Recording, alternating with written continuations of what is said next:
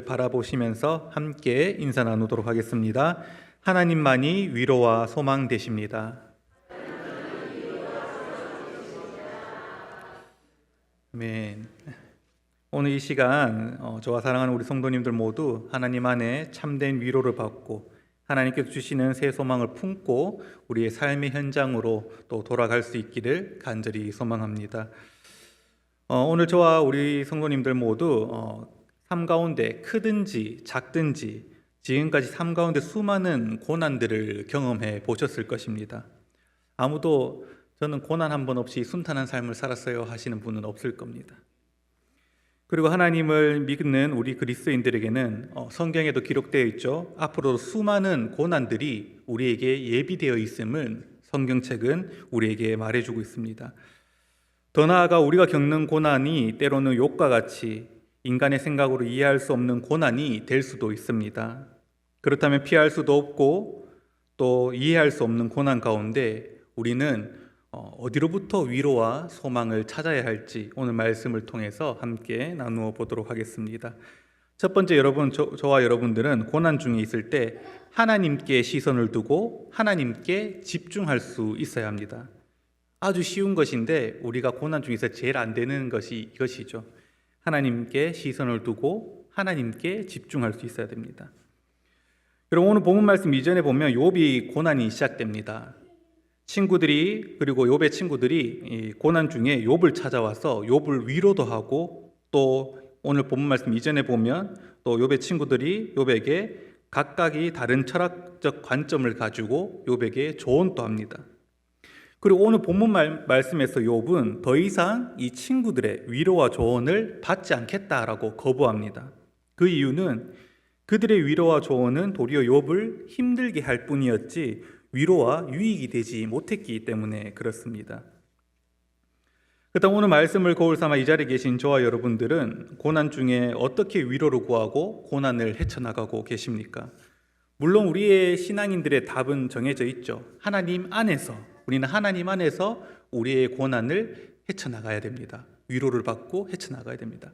그런데 여러분, 우리가 한번 잘 생각해 보면 하나님 앞에 우리가 모든 문제를 털어놓고 해결받아야 되는 것을 알지만 그것이 잘 되던가요? 고난 중에 정말 하나님 안에서 그것이 잘 되던가요?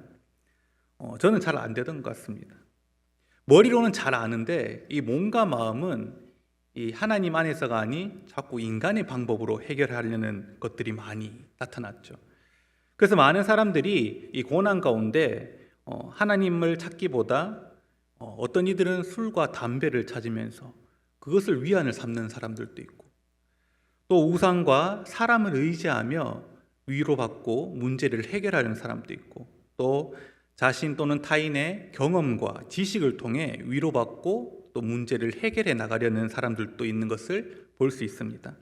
여러분들은 어디에 속하는 것 같습니까? 저는 경험과 지식을 많이 찾는 것 같습니다. 고난 중에 있으면 다른 이들에게 조언을 받든지 지식을 찾고 또 경험들, 나의 삶에 있었던 경험들을 통해서 문제를 해결해 나가려는 것들을 많이 볼 수 있는데, 하지만 오늘 본문 말씀 욥과 또 우리 삶의 경험을 통해 알 수 있듯이 이 모든 것은 우리에게 진정한 위로와 유익이 되지 못함을 잘 알고 계실 것입니다. 오늘 욥을 통해 얻을 수 있는 교훈이 무엇입니까? 우리 삶에 어렵고 힘든 일을 만났을 때 우리를 지켜줄 것 같은 사람이나 우리를 지켜낼 것 같은 재물을 의지하지 않고 하나님 안에서 답을 찾아야 한다는 것입니다. 즉, 유한한 인간이 유한한 인간을 구원하지 못한다는 사실을 우리는 알 수 있습니다. 따라서 이 잠깐 고난 중에 위로를 얻고 유익을 줄지는 모르지만 우리가 하나님 안에서 참된 위로를 받지 못하고 하나님 안에서 고난을 이해하지 못하면 결국 우리는 고난 안에 완전한 자유를 누릴 수 없게 되고 고난 가운데 계속해서 고통을 받게 될 것입니다. 그렇다면 오늘 우리는 하나님의 위로를 얻고 주어진 고난을 헤쳐나가기 위해서 어떻게 해야 될까요? 오늘 욥이 그랬듯이 우리는 하나님의 주권을 먼저 인정하고 우리는 고난 중에 더욱더 하나님께 집중할 수 있어야 합니다. 사탄은 이 사실을 너무나도 잘 알고 있어서 우리가 고난 가운데 있으면 제일 먼저 무엇을 방해합니까? 우리의 시선이 하나님을 향하지 못하도록 눈의 현상을 크게 보이게 하고 그것에 집중하게 만든다는 것입니다. 그리고 정말 안타까운 것은요, 저도 사역을 하면서 수많은 고난 중에 있는 성도님들을 많이 뵙지만 이 고난 가운데 있는 성도님들이 이 고난 가운데 가장 먼저 하는 것이 예배와 기도 자리를 떠나는 것을 많이 보게 됩니다. 사탄이 제일 좋아하는 것이죠. 여러분, 오늘 우리는 기억할 것이 욥이 자신의 친구의 위로와 조언을 거부하고 하나님께 시선을 돌리고 하나님과 깊은 관계를 가지기를 힘쓴 것 같이 우리도 고난 가운데 있을 때는 하나님께 우리의 시선을 돌리고 하나님과의 깊은 관계를 맺기 위해 힘써 우리는 예배의 자리와 기도의 자리 그리고 말씀을 사모할 수 있어야 한다는 것입니다. 오늘 본문에서 3절에 욥이 뭐라고 고백합니까? 세 번역으로 읽어드리겠습니다. 나는 전능하신 분께 말씀드리고 싶고 하나님께 내 마음을 다 털어놓고 싶다라고 고백을 하는 것을 볼 수 있지 않습니까? 여러분, 지혜로운 그리스도인은 고난 중에 결코 눈앞에 있는 현상들을 보며 요동하지 않습니다.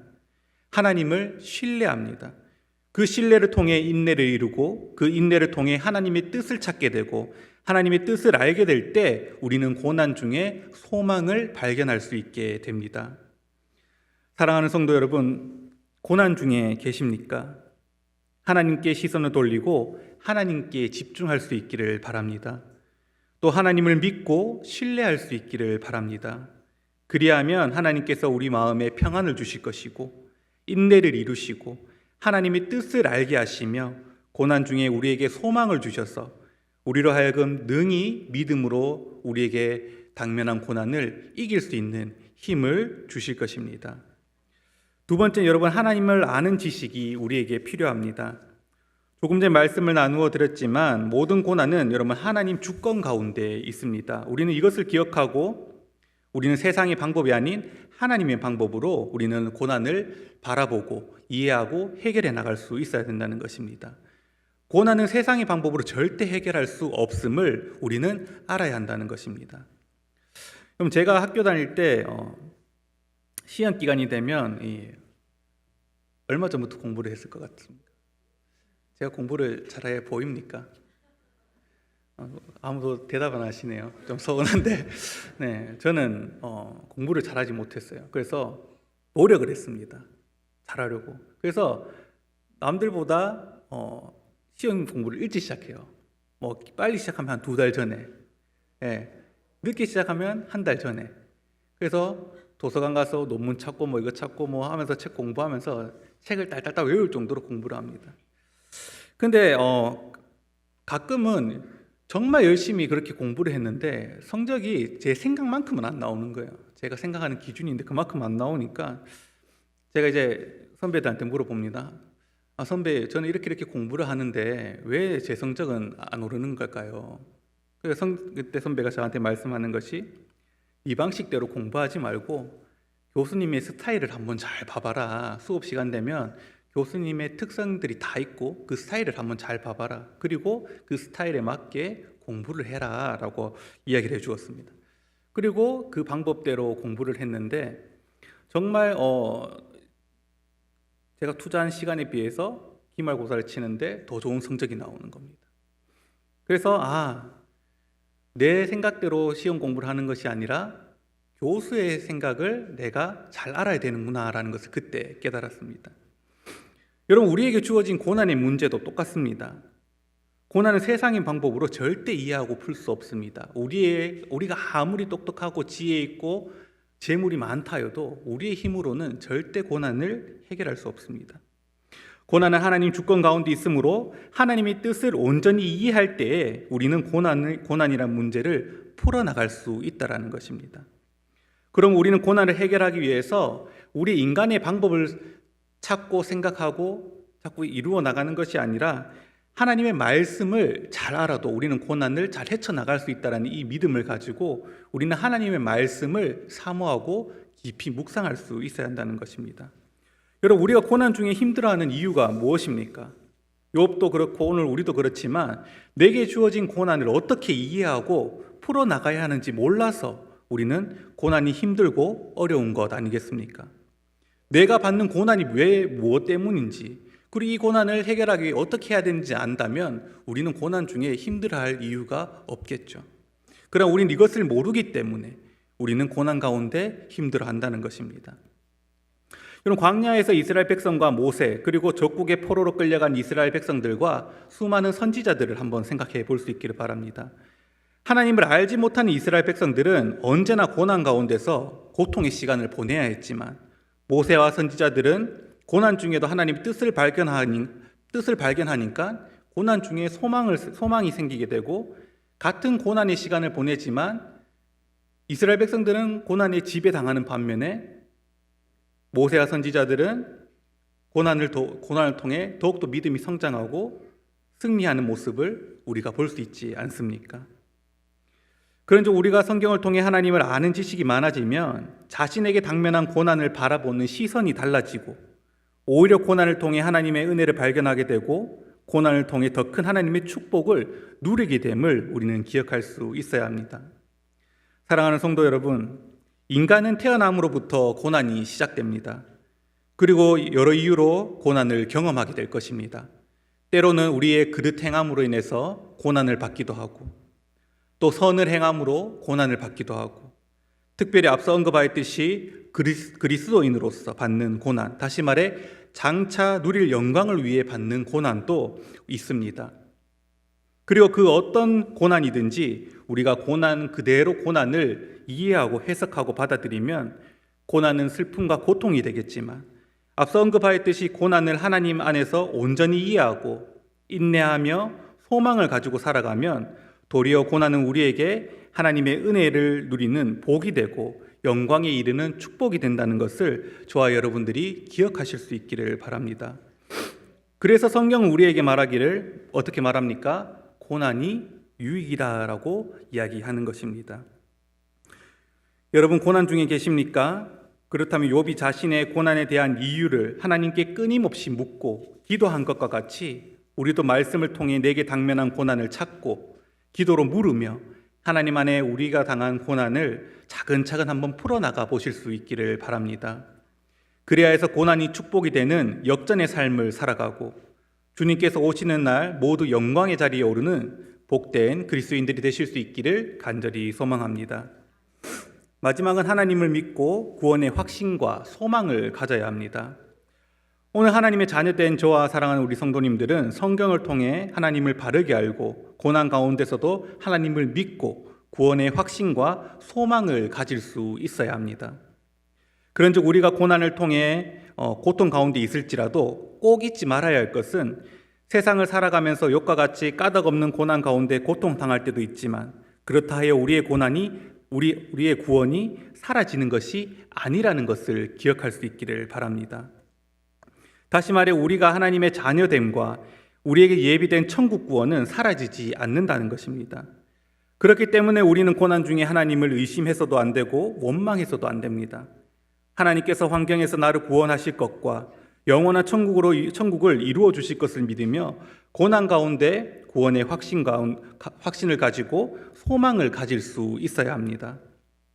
이처럼 우리가 고난 중에 구원의 확신을 가지고 소망을 품게 되면 우리의 믿음은 고난 중에 더욱 견고하게 서게 될 것입니다. 그러므로 욥과 같이 까닭없는 고난 중에 있더라도 어떤 고난의 모양 가운데 있더라도 우리는 고난 중에 자신의 구원이 흔들려서는 안 되고 더욱 굳게 설 수 있도록 우리는 우리의 믿음을 지켜나갈 수 있어야 합니다. 만일 고난 중에 우리의 구원이 흔들리면 어떻게 될까요? 제가 예전에 이 종말을 다룬 영화를 한 편 본 적이 있습니다. 그 영화의 내용은 이렇습니다. 곧 지구는 몇 시간 후에 종말합니다.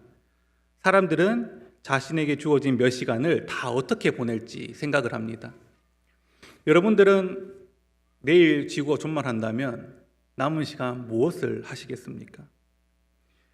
그 영화에서 보면요, 어떤 사람은 어차피 죽을 것이니까 그냥 더 편하게 죽겠다라는 생각 가지고 자살하는 것을 선택하는 사람도 있었고, 또 어떤 사람은 모아놓은 재산이 아까워서 그것을 어떻게든 간에 다 쓰고 죽으려고 파티를 열고 막 그렇게 사는 사람도 있었고, 또 어떤 사람은 살인, 강간, 폭행 등 각종 범죄를 저지르면서 살아가는 사람은 또 있었습니다.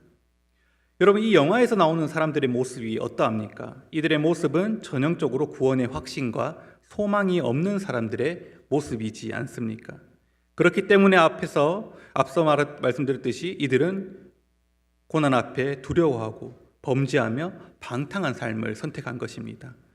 그러나 구원의 확신을 가지고 소망을 품은 자들의 삶은 어떻습니까? 우리가 바울과 베드로 그리고 성경의 수많은 인물들을 보면 고난 앞에 하나님을 의지하고 하나님을 믿고 소망함으로 주어진 고난을 이겨내는 것을 볼 수 있지 않습니까?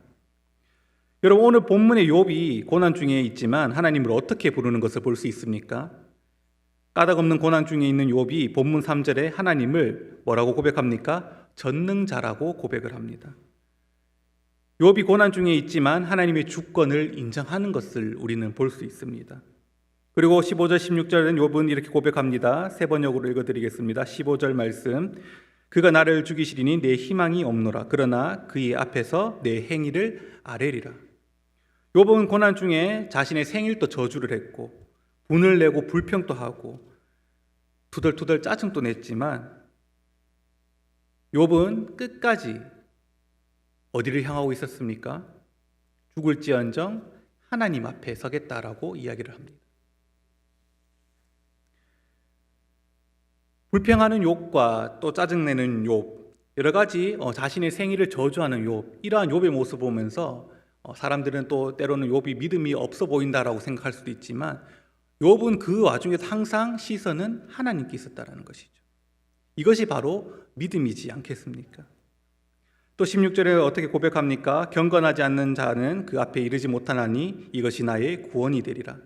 비록 자신은 까닭없는 고난 중에 있고 모든 친구들이 자신의 고난이 죄의 결과라고 이야기하지만 욥은 끝까지 고난 중에 하나님을 신뢰하고 의지하며 구원의 확신을 가지는 것을 볼 수 있습니다.